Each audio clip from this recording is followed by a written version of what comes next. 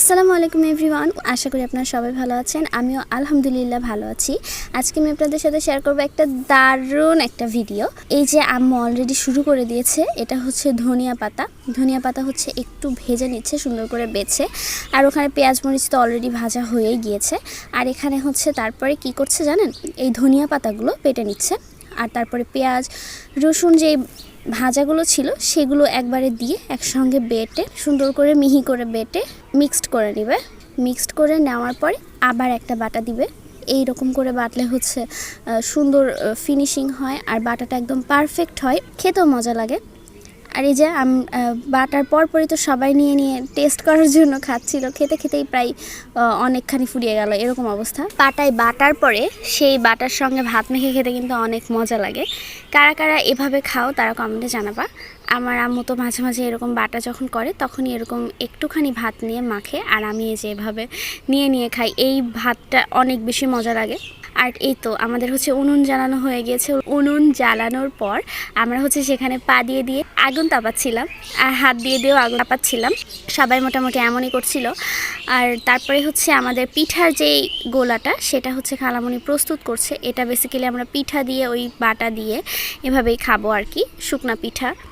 এই পিঠার নাম হচ্ছে সারা পিঠা। অনেকে অনেক রকমের পিঠা বলে, আপনারা চিতই পিঠাও বলে। চিতই পিঠা আসলে রসে ভেজালে এটা চিতই পিঠা হয়ে যাবে।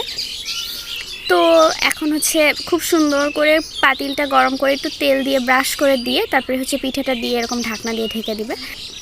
তারপরে প্রথম পিঠাটা আমাদের খুব সুন্দর করে উঠেছে, আপনারা দেখতেই পাচ্ছেন। এটা কিন্তু প্রথম পিঠাটা ছিল। আমরা তো সবাই অনেক এনজয় করেছি, চুলার পিঠে বসে বসে সবাই দেখছিলাম, আর হচ্ছে আগুন তাপাচ্ছিলাম, আর পিঠাগুলো বানানো দেখছিলাম আর খাচ্ছিলাম। আলহামদুলিল্লাহ অনেক এনজয় করেছি সবাই।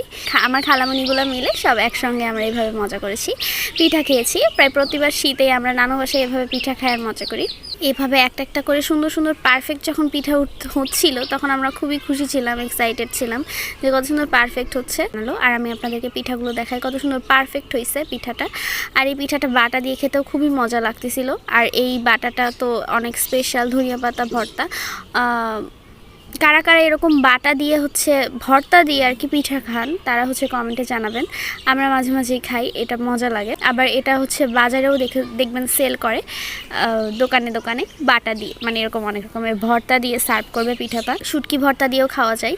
আর এখানে হচ্ছে ছিল মুরগির মাংস দিয়ে পিঠা। তো হচ্ছে আমার তো মুরগির মাংসের মধ্যে যদি মুরগির পা থাকে, হ্যাঁ আমি মুরগির পা বলি না, আমি অবশ্যই মুরগির হাত বলি। আমি এটা খাই, আমার খুবই মজা লাগে। কারা কারা মুরগির হাত খাও তারা হচ্ছে কমেন্টে জানাবা। তো মজা হয়েছিল, পিঠা দিয়ে তো আরও মজা লাগছে আলহামদুলিল্লাহ। তো এই যে পাশে সবাই আমরা এরকম চুলার পিঠে বসে বসে খাচ্ছিলাম। আমি সবার থেকে একটু একটু করে দেখাচ্ছিলাম কেমন হয়েছে আসলে পিঠাটা। এই যে মুরগির মাংস দিয়ে খুবই মজা আলহামদুলিল্লাহ। তো আমার কাছে বাটার থেকে মাংস দিয়ে বেশি মজা লেগেছে, টু বি অনেস্ট। এখন আমার খালামণির কাছে আবার বাটা দিয়ে বেশি ভালো লেগেছে। এখন এক একজনের কাছে এক এক রকম মজা লাগে আসলে, সেই জন্য। আর তো এভাবেই আমাদের পিঠার উৎসব চলতে থাকলো।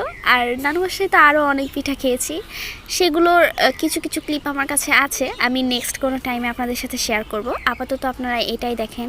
আর আপনাদের কোন কোন গ্রামে কোন কোন অঞ্চলে কি কি নামে এই পিঠা পরিচিত সেটা আপনারা কমেন্টে জানাবেন। এই পিঠা কিন্তু রসে ভেজালে কিন্তু চিতই পিঠা হয়ে যায়। রসে ভিজিয়েও আমরা খাবো সামনে, সেটাও আপনাদের সাথে শেয়ার করব। আজকের মতো আমরা হচ্ছে এই শুকনো পিঠাটাই খাবো, সেই জন্য আপনাদের সাথে এটাই শেয়ার করলাম। তো আজকের ভিডিওটা আমার এই পর্যন্তই। হোপ সবার কাছে ভালো লেগেছে। ভালো লেগে থাকলে আমার পেজটিকে ফলো দিবেন, লাইক কমেন্ট আর শেয়ার করতে ভুলবেন না। আমার নেক্সট ভিডিও দেখার আমন্ত্রণ জানিয়ে আজকের মতো আমি বিদায় নিচ্ছি। আসসালামু আলাইকুম।